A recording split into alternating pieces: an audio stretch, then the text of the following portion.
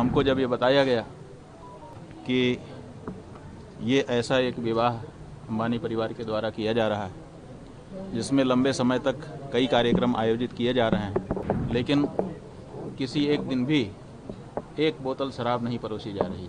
हजारों व्यंजन बनाए जा रहे हैं अलग अलग मौक़ों पर, लेकिन एक दिन भी कोई भी मांसाहार का व्यंजन उसमें नहीं बनाया जा रहा।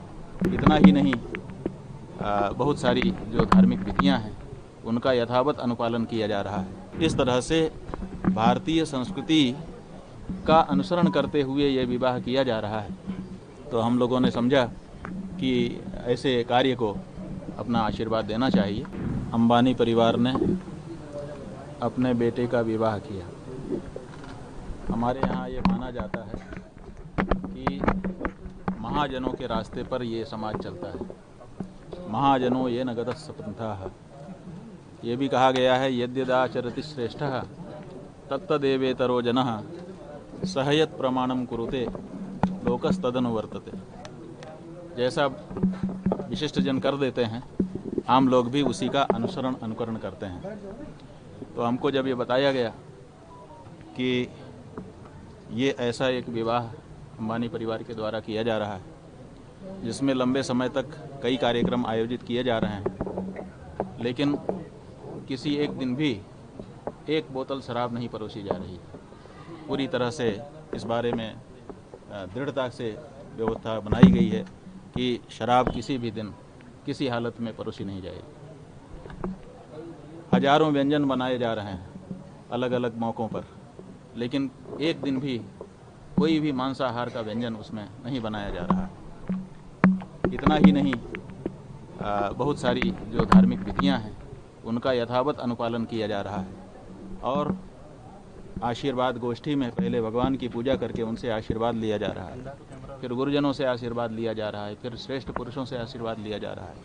इस तरह से भारतीय संस्कृति का अनुसरण करते हुए ये विवाह किया जा रहा है। तो हम लोगों ने समझा कि ऐसे कार्य को अपना आशीर्वाद देना चाहिए, जिससे हमारे देश में अब क्या हो गया है हम जानते हैं। हम तो बड़े लोगों में भी जाते हैं और सामान्य लोगों में भी जाते हैं, गरीब से गरीब घर में भी जाते हैं। हमको पता है आज परिस्थिति ये है कि विवाह का आयोजन करने पर बाराती ही नहीं आते, कह देते हैं कि हमारे लिए क्या व्यवस्था है, अमुक चीज़ की व्यवस्था है कि नहीं। हमारे पास लोग आते हैं रोते हुए कि हम शराब नहीं परोसना चाहते, लेकिन बारातियों की मांग है, महाराज जी हम क्या करें। वो कह रहे हैं कि हम आएंगे ही नहीं, हमारे लिए क्या व्यवस्था है। और अगर व्यवस्था ना करो तो वापस नाराज होकर चले जाते हैं। तो जहाँ देश में ऐसी परिस्थिति बन गई हो कि कोई भी उत्सव बिना शराब के न तो शुरू होता हो न तो पूरा होता हो, वहाँ पर इतना बड़ा आयोजन एक व्यक्ति ने करके दिखा दिया जिसमें शराब नहीं परोसी, जिसमें मांसाहार नहीं परोसा। तो ये एक बहुत अच्छा कार्य हम लोगों को लगा। तो हम लोगों ने समझा कि जा करके इनको आशीर्वाद करना चाहिए, और उन्होंने बड़ी श्रद्धा से बुलाया था और मर्यादा रखते हुए सब निभाया भी। स्वामी जी, अखिल भारतीय संत समिति ये आरोप लगाई है कि संतों को शादी विवाह में नहीं जाना चाहिए, इसमें क्या कहेंगे आप? देखिए, शादी विवाह क्या है पहले ये समझना पड़ेगा। ये जो शब्द बोल रहे हो आप ना, अगर ये उन्हीं के द्वारा कहा गया, संत समिति के किसी व्यक्ति के द्वारा कहा गया शब्द है तो हमारी आपत्ति है। हमारे यहाँ शादी होती ही नहीं है। शादी शब्द ही हमारे हिंदुओं का नहीं है, हमारे यहाँ विवाह शब्द है। तो शादी का तो सवाल ही नहीं है हिंदू में। आप शादी शब्द का उच्चारण ही कैसे कर पाते हो, पहले तो ये बताओ। और दूसरी बात ये है कि विवाह है क्या, तो आप जानेंगे कि हमारे वेद में, हमारे शास्त्र में 4 वर्ण और 4 आश्रम बताए गए हैं। 4 आश्रम में ब्रह्मचर्य आश्रम, गृहस्थ आश्रम, वानप्रस्थ आश्रम और संन्यास आश्रम है।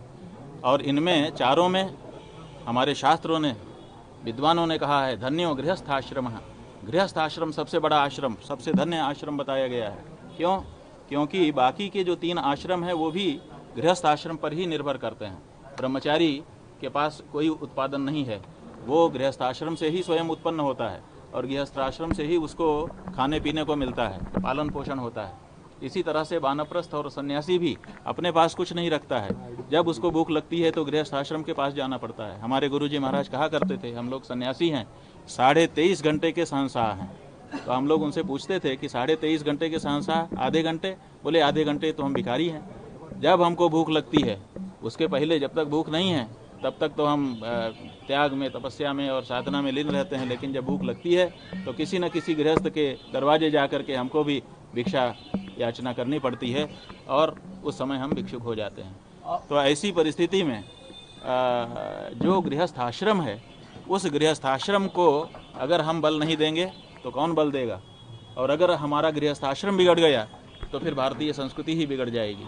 इसलिए गृहस्थ आश्रम की इस तरह से अवहेलना न की जाए और ये ना कहा जाए कि गृहस्थ आश्रम में किसी को आशीर्वाद देने के लिए नहीं जाना चाहिए। और ऐसा कोई वाक्य कहीं अपने शास्त्रों में उपलब्ध नहीं होता है। और हमारे जो पूर्व पुरुष हैं, उन पूर्व पुरुषों में पुरी के शंकराचार्य पूज्यपाद निश्चलानंद निरंजन देव तीर्थ जी महाराज का अभी चित्र हमारे पास आया है। इनके पास किसी भक्त ने भेजा है, उसके विवाह में स्वयं वो गए थे। हम लोग तो दूसरी तरह की मर्यादा में बैठ करके वहाँ आशीर्वाद दिए, लेकिन वो तो वर वधू के साथ खड़े होकर के आशीर्वाद दे रहे हैं। तो इसका मतलब कि पुरी के पूर्व शंकराचार्य निरंजन देव तीर्थ जी महाराज, जिनको बहुत बड़ा धर्मशास्त्र का ज्ञाता माना जाता था और अपने समय में वो शंकराचार्यों में सबसे अधिक मुखर रहते थे और धर्म की बात करते थे, वो स्वयं गए हैं। धर्म सम्राट स्वामी करपात्री जी महाराज के बारे में अनेक लोगों ने बताया कि वो हमारे विवाह में आकर के हमको आशीर्वाद दिए थे। स्वयं इस समय दूसरे जो शंकराचार्य हैं, पुरी के शंकराचार्य जी महाराज, उनके बारे में लोगों ने बताया, फोटो भेजा हमारे पास कि वो हमारे विवाह में आकर के हमको आशीर्वाद दे करके गए हैं। तो ये जो हमारे पूर्व पुरुष हैं, पूजनीय पुरुष हैं, ये विवाह में जा करके और आशीर्वाद देते रहे हैं। क्यों देते रहे हैं? क्योंकि ये जानते हैं कि गृहस्थ आश्रम अगर बिगड़ गया तो सारे आश्रम बिगड़ जाएंगे। इसलिए गृहस्थ आश्रम को बनाए रखना चाहिए। ये जो परिवार नाम की संस्था है, ये गृहस्थ आश्रम से आरंभ होती है और ये भी बहुत पवित्र आश्रम है, धन्य है। ऐसे में इसकी सुरक्षा करना किसी भी धर्माचार्य का दायित्व है। अगर हमारे यहाँ विवाह की संस्था समाप्त हो गई, अगर गृहस्थ आश्रम समाप्त हो गया, तो फिर वर्णाश्रम धर्म रह नहीं पाएगा।